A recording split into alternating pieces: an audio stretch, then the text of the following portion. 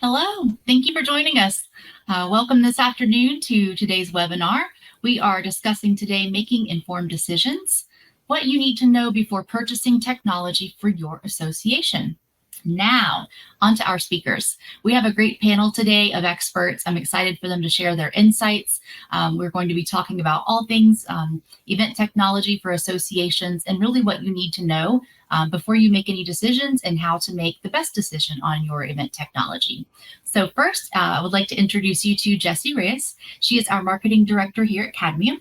And Jessie leads all brand and marketing activities here at Cadmium. She oversees the whole gamut. And she brings an incredible amount of knowledge in marketing and events. So we're excited to have her. Also joining us today is Melissa Roberts, Strategic Account Manager at Cadmium as well. Melissa has a unique experience. Her background is in both event management and in film and studio. So with her background, it's really, really neat to have her experience giving us a unique insight into what it takes to manage projects both on and off the stage. And then we're also pleased to have Megan Schenkel join us from ISG Solutions. Megan's the Vice President of Client Relations at ISG Solutions and is the go-to source for both their partners and others who need any advice on resources and what to do and the strategy and how to go about it. So we're really excited to welcome Megan today. And we also have Sarah Scheinhorn with us from Cadmium. Sarah is a solutions engineer, and she has dedicated a great deal of her career to the association industry and specifically to technology within the industry. Sarah is a go-to resource for meeting your association's goals while using said technology to meet what you need to achieve. So welcome today to our panelists. Thank you again for joining us. I'll hand it over to Jessie Reyes and the rest of the panel. Thank you. Perfect. Thank you so much, Amanda, and welcome team. So today, first, before we get started, Megan, this started with you and I. Megan had reached out to the Cadmium team. The ISG team was putting together an article, 59 essential questions to ask when evaluating an LMS for your association. And once we got the ball rolling on that, we're just like, wait, there's so much good stuff here. So Megan, if you would kick us off and just tell us a little bit about yourself and what the ISG team does. So thanks so much, Jessie, and thanks for having me be part of today's webinar. This is exciting. As Jessie said, this did start with us putting together a blog, and it's kind of blossomed from there. So it's been great to see that happen. My name is Megan Schenkel. I'm the Vice President of Client Relationships at ISG Solutions, and I've been with ISG for a little over 20 years. ISG Solutions' primary part in the technology industry is the IMIS Association Management System. We have been in the association world for over 30 years. We started offering accounting packages to associations, and when Advanced Solutions International started looking for a reseller channel for their IMIS Association Management System, we became a reseller of IMIS and have been a part of that space ever since. We do have a development team at ISG that develops tools that can be used AMS agnostically. So we are, out in the association world, mostly with IMIS, but also in other areas as well. So it's great to be on today. Perfect. Awesome. So we have Megan that has the ISG and AMS background. I have Melissa from my team, who is very well versed in all things event technology. She heads up some sales for our EventScribe products. And then Sarah Scheinhorn, which if you've been working with us in our LMS products, specifically on the Elevate side of things, you've probably come across Sarah before. So I feel like this little all-star group could definitely talk to making purchasing decisions and all of the great things that we've seen through the purchasing process and some of the big mistakes that we've seen through the purchasing process. So today we'll take it from top to bottom. We're going to start off with understanding your association's needs. How do we go about identifying what it is that your association needs and how that fits into different technologies? Establishing the purchasing committee. There's a lot of people, a lot of voices, and some need to be heard the entire time. Some maybe just for a portion of the time, but like, when do you bring who in, and who's going to make that final like signing decision? Evaluating tech vendors, budget, and return on investment, always a big topic. Implementing an integration, because after a big purchase, if nobody learns how to use it and if it doesn't get implemented correctly and we don't have all of the tools and the knowledge to use it, then it wasn't worth it. And then future proofing your investment. How can we make sure that all the work that has gone on to picking this technology, just it lasts for a very long time, and we're not doing this, year after year. All right. So let's kick it off. Understanding your association's need. How do we go about, the framework of assessing what the current pain points are for the association, while at the same time thinking of, future growth? Team, any sort of caveats that you have that you've sort of encountered during this process of understanding those needs? Sarah, maybe you want to kick us off? Sure. Yeah, I can. Yeah, definitely. I think that one of the most important things is to really look and kind of step back and holistically look at your strategy for the organization. Look at the strategic plan and see, where does the organization want to go? Because it's very easy to get lost in the features and what functionality does each platform have, and what requirements do I need for this specific feature. But really, in order to think into the future, you want to look at, what is your strategy for the next 3 years, 5 years, even longer if you have it, and really kind of try to plan when looking, before you get to even the requirements document, which obviously is very important, but you really want to see, how can we meet those goals strategically, and what software can we use to achieve that? And then you back into those features and the requirements that'll be important to that. But I think you really need to step back and holistically look at that, and how do things fit into your strategy? Because if something doesn't meet your strategy, then it really doesn't meet your needs, regardless of the features. I always think that's important to start there. Yeah, that's a good point. And like you mentioning 3 to 5 years out, sometimes we're so focused on the next hurdle, on what we're trying to accomplish today, or that next event, or that next course that we're trying to build. And are we planning to, increase our courses 2 times, 3-fold in the next, 2 years? Are we planning to increase our events? Are we planning to decrease our events? I think sometimes, a lot of times, we think of strategy and we think of growth. Maybe we're not going to increase that much in the next couple of years. Maybe we're going to stay, steady, or even, are we going to scale back on certain things? So how does that impact the technology that we use? Melissa, Megan, any? Yeah, I was actually going to piggyback on what both you, Jessie, and Sarah was saying. And I think that oftentimes we can get pigeonholed into, like you said, the here and now. Mm-hmm. And I think when you're talking about making such a large investment, whenever you make any kind of change in technology, it's a large investment. And it's not just a large investment from a dollar sign perspective. It's a large investment from time. Time is money, right? If I'm going to have my team involved in making decisions and sitting in on meetings and discussing strategy, that time is just as important as the dollars that are going to be spent. And so thinking about the 3 and the 5 year plan and overall holistic strategic plan, as Sarah was saying, I think is valuable. I also think it is very valuable to remember that even though you may be talking about education, you may be talking about events, those things will touch many different parts of your association. So you should have buy-in from all parts of your association. It may not mean that you have a ton of decision makers, but it just means that you have to realize how one technology investment can touch a lot of different aspects of your association or your company. And you have to be prepared so that in the 10th hour when a decision has either already been made or is getting ready to be made, you've taken into account all of the things that this technology decision can affect. Yeah. And Jesse, if I could just add on one thing, I think Megan and I are very similar in our thinking. It's funny, but because I was going to say some of those things also, but I think you also want to look at, your strategic goal.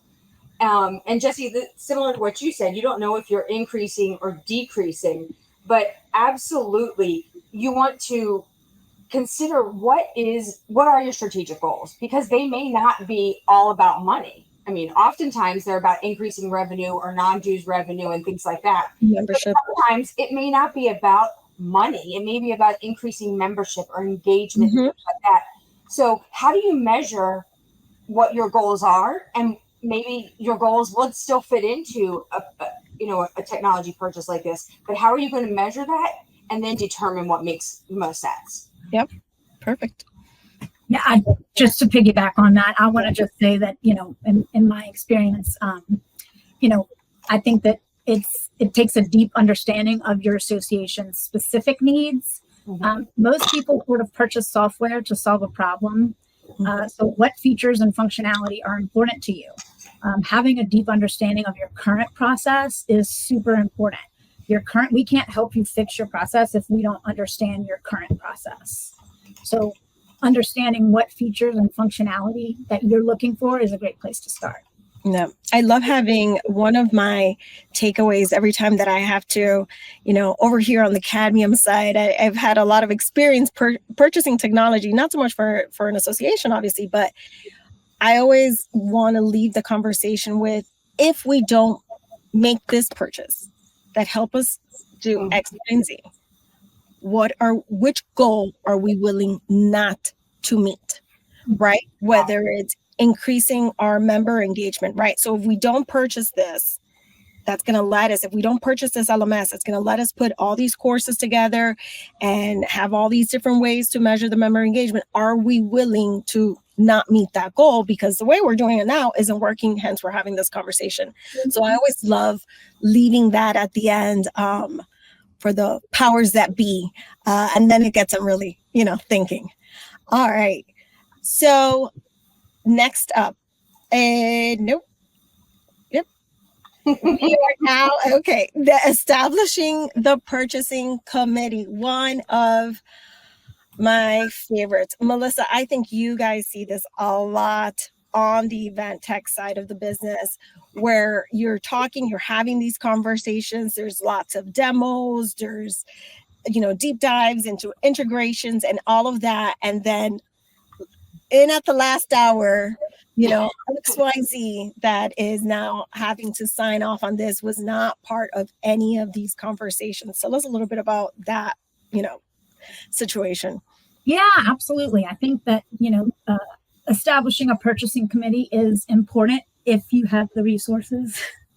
I know that we all know that not everybody has the resources for a full purchasing committee, but I think that it's important to, find out who needs to be involved in making the decisions on your team. That is super important because it happens so often where, like you said, last minute they come in and now now it needs to go through procurement. So now it's another 6-week process before you can start to implement and use the software. So, just understanding, your purchasing, who is involved in your purchasing is important. No. Perfect. I also like to give people roles, right? So I will put a group together and say, hey, I need you on this because I want you to evaluate it from an infrastructure, different angles. Perspective. Yeah. I want you on this because I want you to evaluate it from, a finance perspective, so yes, we have finance, or we have your immediate higher up that is going to have to be part of this decision. But there's other people that we could ping in the organization that have a lot of knowledge about something I might not have knowledge in. I was like, hey, can you come in and just make sure and give them the role so that they know exactly what part they're responsible for making a decision on. I also keep everybody engaged from day one. You might not be on all the demos, right? Because I'm respectful of people's times, but having that say, today we're kicking off this procurement, process. These are the steps, and checking in with them in all the steps.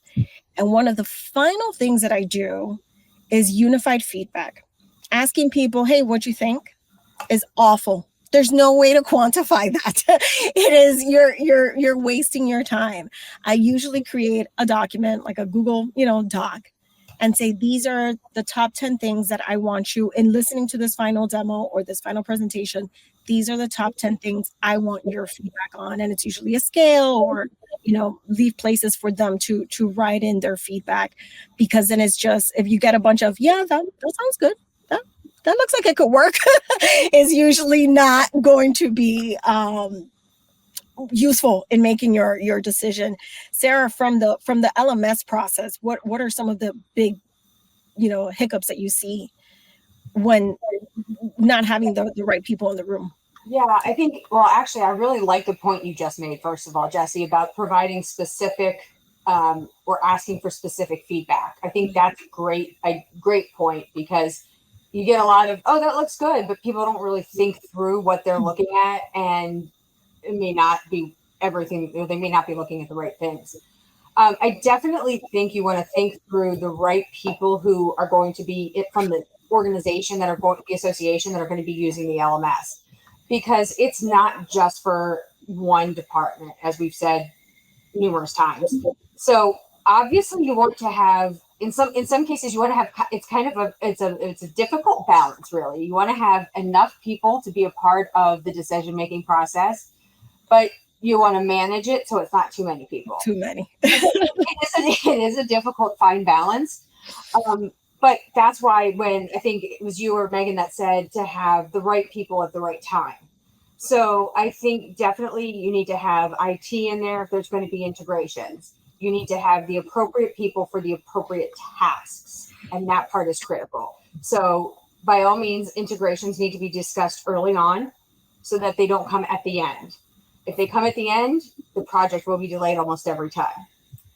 It will, because it always comes, if it comes last minute, there will be a delay. So I think things need to be planned out accordingly, and you just need to have all of the appropriate discussions with the appropriate teams throughout the process. Mm-hmm. And then, kind of work through what needs to be done. And I think that's really how it should go. Yeah. Megan, on the AMS side, what are you seeing kind of the same issues? I think the integration part is a big one. We always have like a really set start date. We want to launch this, we want to do this, and an integration could really blow up your timeline. Yes. We find oftentimes that what happens is, you have departments within your organization that may not work as closely with the AMS. Mm-hmm. And so they don't consider the AMS. And then at the end, when you've brought in IT, and IT says, okay, well, how are we going to get data into the LMS, or how are we going to get data into Event Tech? We don't want to have all of these different systems running and not communicating with each other. And that's when we come in and say, hi, guys, integration.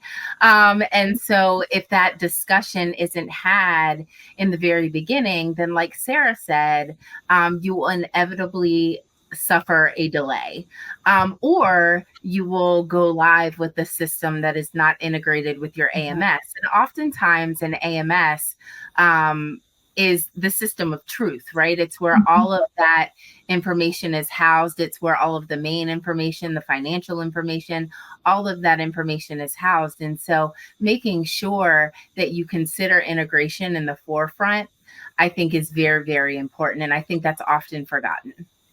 Yep.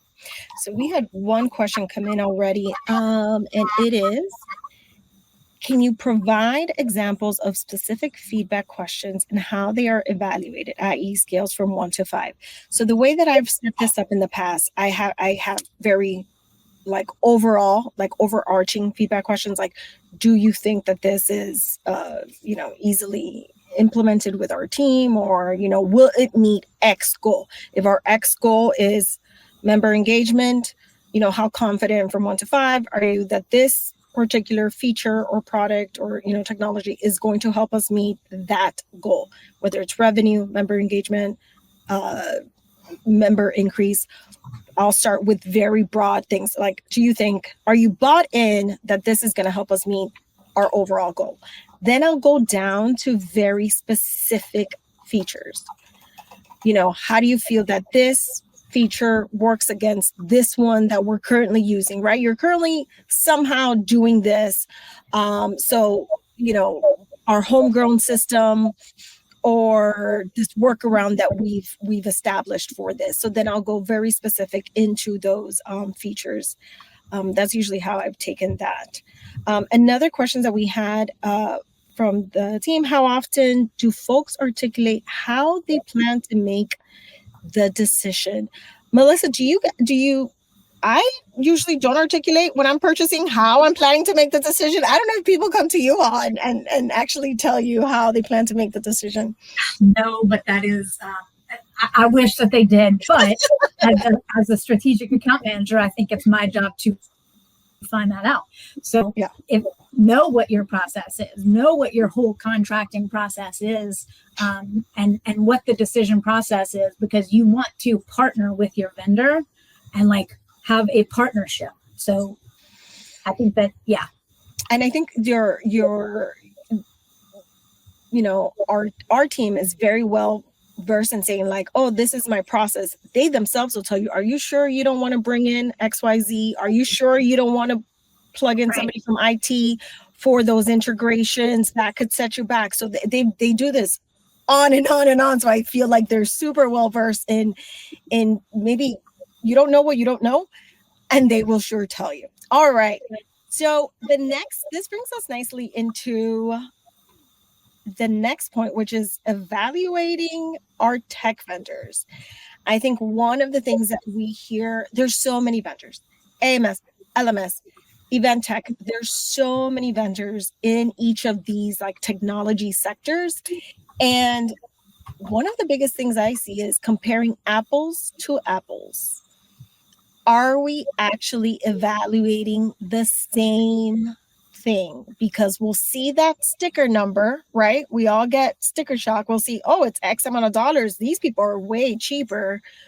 But are we getting the same thing? Megan, I see you nodding your head. Come on, what do you guys usually see on your end?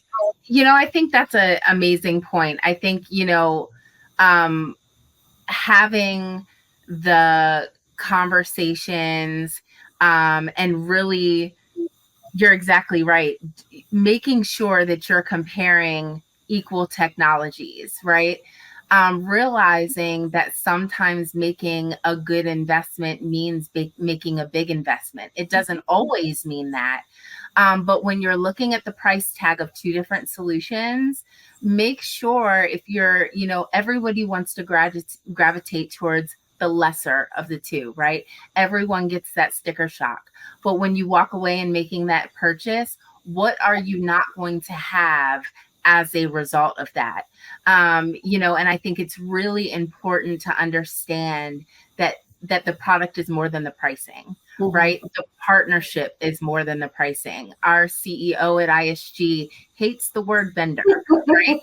She loves the word partner. We are not, ISG is not a vendor. We are your partner. In order to have a good partnership, you really have to evaluate, are you evaluating old technology against new technology, or are you evaluating new technology to new technology, and then just picking what fits your needs best?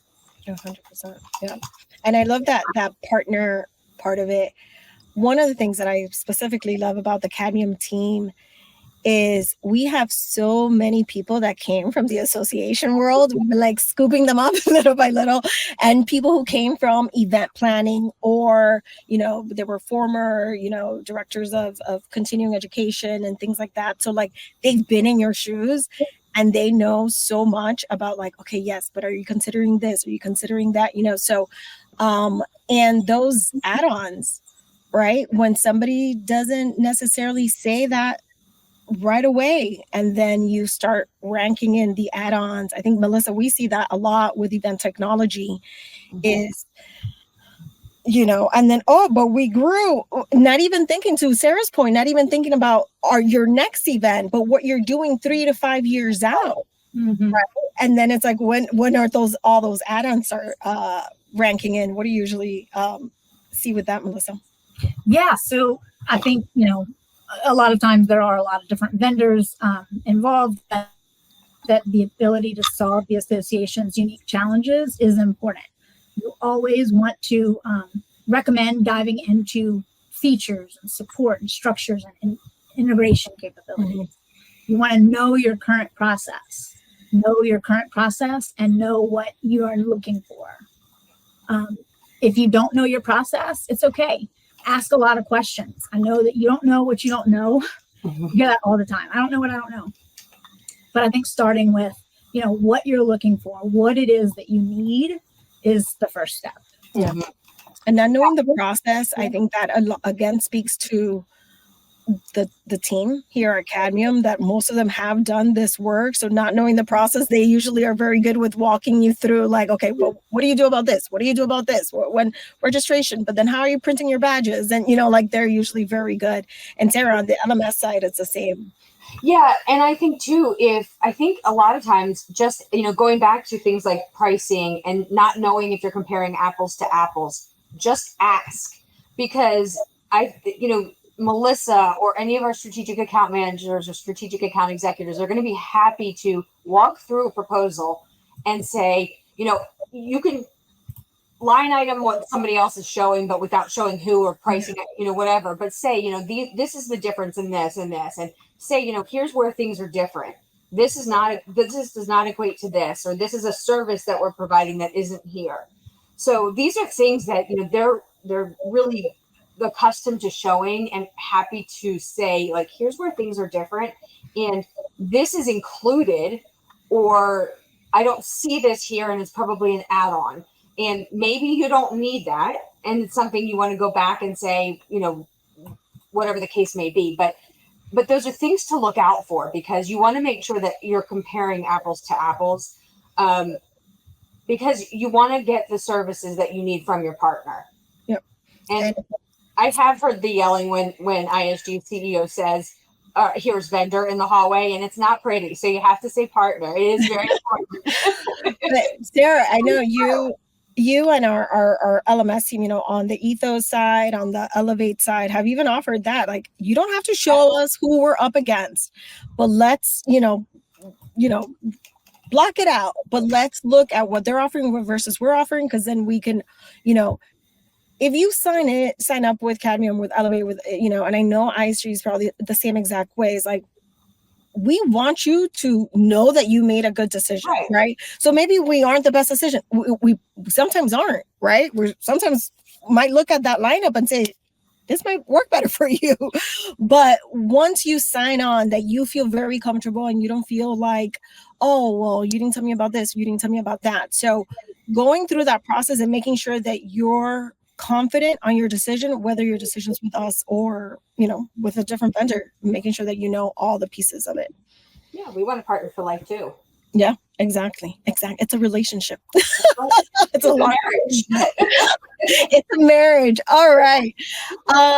So we've evaluated, now we've gone through establishing, our association's needs. We looked at our goals. We established our purchasing committee. We looked through the different vendors, and now we're looking at budget and ROI, where all the money comes in. And what's the budget? How many times have we said, ooh, we didn't really have this in the budget? What's the budget? We didn't have it in the budget. And how do I measure return on investment for things that aren't that tangible, right? Like registration dollars, tangible, exhibitor revenue, tangible. But we all know there's so many other things that go into this. Megan, you talked a little bit about this when you're talking about time. Time is money. So what are some of the sort of budget ROI conversations that you guys have on your end? So I think one of the first comments I'll make is have a budget, right? have a simple. budget. I think it's really important to have a budget. And also to know that expressing what your budget is not a bad thing. It's important. Everyone's time is valuable. So it is important for us as a software partner and the client to understand if your budget is $2,000 and our product offering is $25,000, we may not be a fit for you out of the gate, right? So making sure that you, number one, have a budget and also a realistic budget, right? When you're looking at the options available to you in the market for LMS or for an event platform or whatever, make sure that you do your due diligence and have a legitimate budget, one that's very realistic and doesn't lowball you. But then also when you're working with a software partner and they ask you what your budget is, understand that it's beneficial to be forward coming and mentioning what that budget is, because it can really quickly quantify or not quantify if you're headed in the right direction. I will play devil's advocate. Sometimes we are asked to go look for a technology and you don't like, it really wasn't in the budget, but I guess if we need to make space for it in the budget, we could. And you don't even know where you're starting from. Is it a $5,000 investment? Is it a $30,000 investment? So, and I've had different finance teams that they're like, maybe we could make it work. So I think that's, that due diligence and starting to look and get some pricing and get a little bit around what are we actually looking at for the investment is a really strong part of the process. Sarah, what do you go ahead. If I could just add to that, I think then from just to address to that specific point, I think then you actually just honestly tell the software provider that, because they can then work with you and say, okay, here's like the range that we would be in, and here's what we're looking at for these types of things, and here's kind of the different options. And that could help you to then talk to your finance team or whatever, or board or whomever, to see is this something we can really get passed through? And if so, then you dive in deeper. But that might help the team so that you can, the goal here is to work together and to make this mutually beneficial. But not to say, okay, what's your budget? Okay, now we can jack it up so that we can get as much. That's never the goal. No. The prices are the prices. So, okay. Yeah. You had another question for me? No. Well, this one came in, so we'll go with that one. How can clients avoid a champagne taste on I a love beer this. budget? We've all seen the memes, the budget, the goal, and it's like the budget, all these, so how can we, I don't know who wants to take it, but, how can we avoid this? Or then thinking that their tiny little budget is gonna, then they show up on site and they're like, this isn't what I had in mind. How do we I think the number one way to fight against that or to avoid that is that strategic planning in the beginning. Because I think what happens during that strategic planning is you understand your needs very, very well. And so I think when you understand your needs, it makes it much easier to pair that with a viable solution.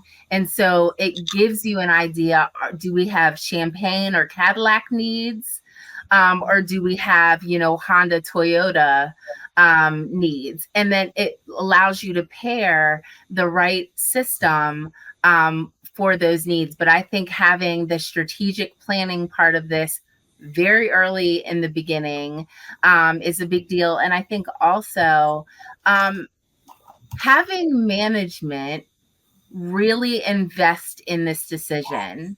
Even if your CEO will never touch your LMS, even if your CEO will never touch your AMS, it is important as the CEO of the company to say, this is a decision that we're making and I need everyone to be on board. And I think that also will help to prevent that or to avoid that. 100%. And I think we could have this whole conversation with a wedding planner. Could probably, like, I think if there's any sort of career that ever had a really difficult time with this, like, how many of us are like, I want this, I want that, and they're like, that's not in the card. So they do a very good job of navigating this, those wedding planners. I think I really want to also call out, like, let's do like hard math, right? So your total cost of ownership, let's look at the entire thing, right? So your initial costs, whatever those subscription costs are, implementation, training, and then what are the ongoing costs? Subscriptions per year, training per year, upgrades, hosting, personnel that has to be assigned to this per year for the amount, times the amount of years that you're planning to have this. LMS, we're looking at 3 to 5 years. Like, this is not something that you're going to get for 1 year. And then after you did all this work setting this up and then walk out of it. So going to the team and saying, this is our total cost of ownership. And you know what, from the looks of it, how this is going to impact our member revenue and how this is probably going to have that positive return on investment by year 2, it would have paid for itself, so helping them work through those numbers and really seeing the entire picture. What were you going to say, Sarah? Yeah, I was just going to add, and I think that when it comes to not only the total cost of ownership, but the ROI, when you think back to your strategic goal and you think back to your strategy, in addition to the monetary value, how is this helping your members? What value are you bringing to your members? Are you encouraging new memberships because of the outreach you have? Perhaps you're offering continuing education. So are you reaching new members or potential new members through continuing education? Are you offering new ways of engagement? Are you offering different things to even non-members or members, or growing membership, or growing the type of membership or something like that because of what you're offering to them? Yeah. So there's a lot of different ways to look at ROI. And you could also think about retaining members. So if you're retaining members year over year over year because of your LMS, that is that's harder to measure, certainly in the beginning, but that is something that you want to think about when you look at your ROI. So those are the types of things too that you can address or talk about. Yeah. Melissa, you want to talk on anything for the event tech side of this? Yeah, I think that basically it's really about finding the right balance between your cost and value. I think that it's critical to demonstrate the ROIs by clearly outlining the technology, how it will improve your processes, how it's going to save you time or reduce costs in the long run. Yeah, I think a good thing with event technology is that it's very easy to identify, revenue, right? You have registration revenue, you have exhibitor revenue, and having a platform that makes calculating that easier. So you do have those very quick numbers. This is how much we made on reg revenue. This is how much we made on exhibitor revenue, but also, reduce labor. How many times do we hear our EventScribe customers saying, oh my God, we used to have to update the website and the mobile app and then this and then that. And now with EventScribe, we update it in one place and everything's up to date.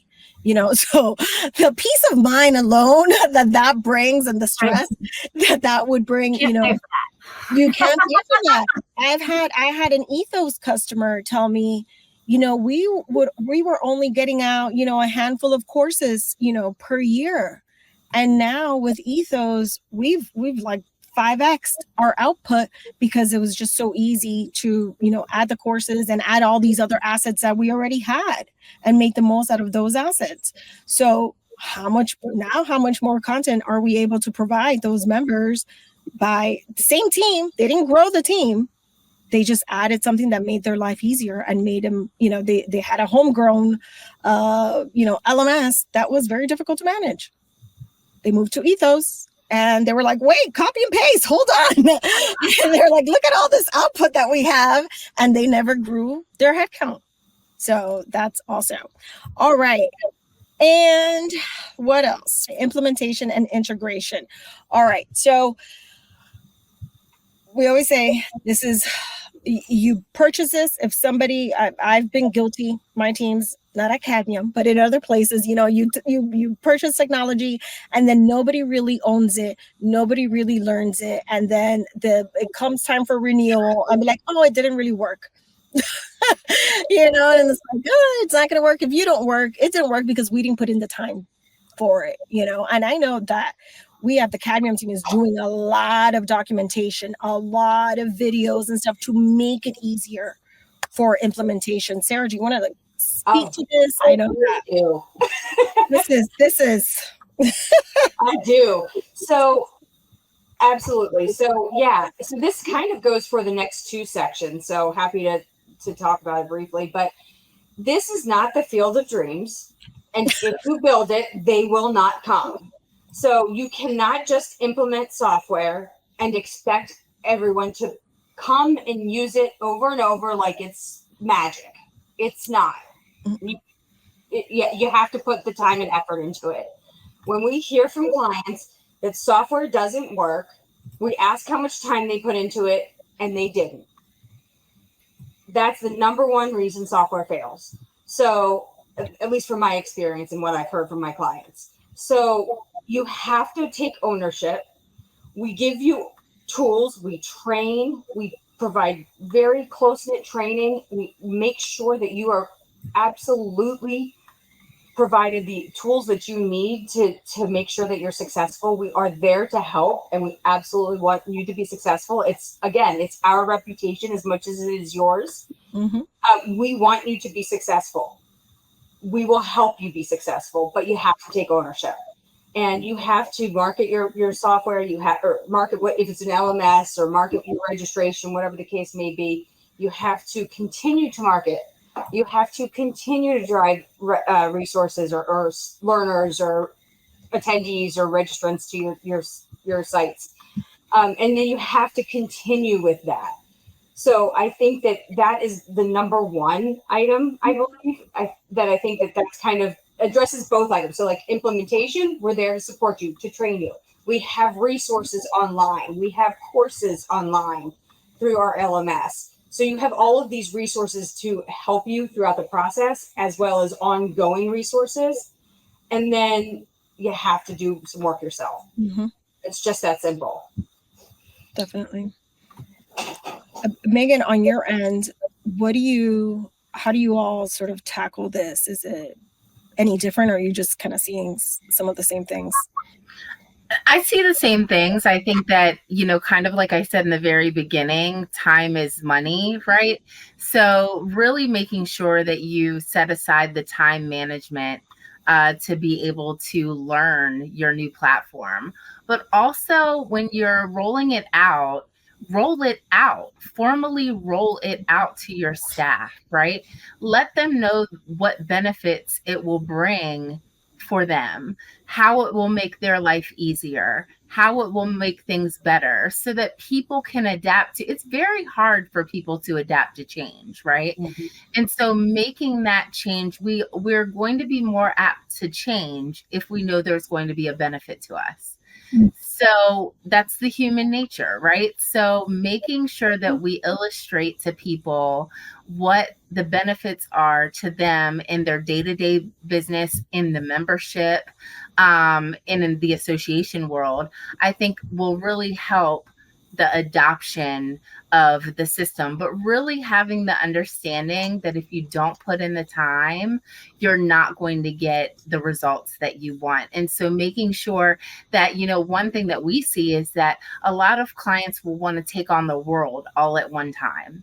Mm-hmm. They want to do a new LMS implementation. They want to do a new website. They want to do all of these new and great things because they're new and great things, but they want to get them done all at the same time. Time management. Think about what's the most important thing to do. focus on it, get it done, and then go to the next project so that you don't have so many open things that no one can devote the time that they need to devote to each one individually. Yep, definitely. And Melissa, I think on the, events side of the business, with event technology, you often see, oh, the one person who knew how to do this left. We're like, A lot. how often do you come across this? They're like, oh, That happens quite often. I mean, especially in the association space. Like, we know that there's high turnover in the association space. So, whenever that happens, I try to send people to on demand. We have great on demand learning, and I try to give resources and tools. So I think that it's important to have those tools and resources to be able, does the vendor that you have, that you're choosing or looking into, do they have the resources? Do they have the tools that you need? mm-hmm. That's important. Yep, definitely. That's Can I also add? Oh, go ahead, Megan. Sorry. I was just going to add one thing. Project management. I think it's also really important to have solid project management, whether you have in-house expertise or whether you have to hire external project management resources. I think project management is a really big key in the success of these kinds of things also. Sorry, Jessie, I didn't mean to interrupt. No, you're fine. And we had a question come in about, how do you do this marketing plan for this rollout? And I'll tell you from the marketing, standpoint, the same way you do your external marketing plans, if you're rolling out a product, if you're rolling out a new event, a new LMS, your internal rollouts of your technology are just as important, maybe even if not, because this is going to live with you for a long time. So I would honestly take that same cadence of communication and education that you do for your external rollouts and just flip it in and say, okay, this is what we usually do every time we roll out a new event or, course. Okay, we'll use those same assets and that same level of cadence to communicate this to our team and to make sure that everybody is getting comfortable and knows what this is, know why we're doing it and the benefits. And Melissa actually took us right into sort of our last point, which is future-proofing your investment. And I think a big part of future-proofing your investment is that documentation and training part of it. I know our team has been working like crazy if you haven't seen all the new Cadmium documentation, we just had a webinar about it. Go check it out. But documentation, training, support, on-demand stuff. So when you do have these turnovers, we're kind of saying I got you. Here's everything you need to know to onboard this person super, super fast and to make sure that you didn't just make this investment and now the person left. And now we have no idea how we're going to, move forward. But Megan, on your end, what are some of the things that you all do and you help your clients to future-proof their investments with the AMSs? Spread the wealth, right? Like you just said, spread the wealth. It's great to have a subject matter expert, but it's really, really important to have multiple people within your organization subject matter experts. That way, when someone hits the lottery and they move on, you're not in this position of desperation that either A, the system no longer works for us because we don't have those folks that really know it, or, you're in this sense of desperation because you just don't know how to use the system that you have. I think spreading the knowledge wealth across your organization, doing so by also having standard operating procedures, which I know that no one wants to do, right? No one wants to pay someone to do it, but nobody wants to take the time to do it. But it's very important to have those things so that when you're thinking about the future and making sure that you're progressing in an upward direction, that you have those things in mind. Definitely. Sarah, any notes on this part of it? Yeah, I think from the project management, as you're thinking I think it really you need to have like the stake from everybody and things like that. I think from the project management side, obviously the staff need to take ownership as well. One comment we got, which I think I'm just going to point out, which was really good, is not to rely on the partner, not the vendor, but the partner to rally or herd cats for the staff. The staff have to take their own ownership and manage their own part of the project. You can guide them, and it could be through, a third party, if it need be a third party project manager, but there has to be ownership on them for them to take ownership. And then they use those resources and they learn on their own. We provide the resources, we train, we do all of that, but there have to be those SOPs. They have to have those things in place, because if not, people will leave. Software can outlast staff.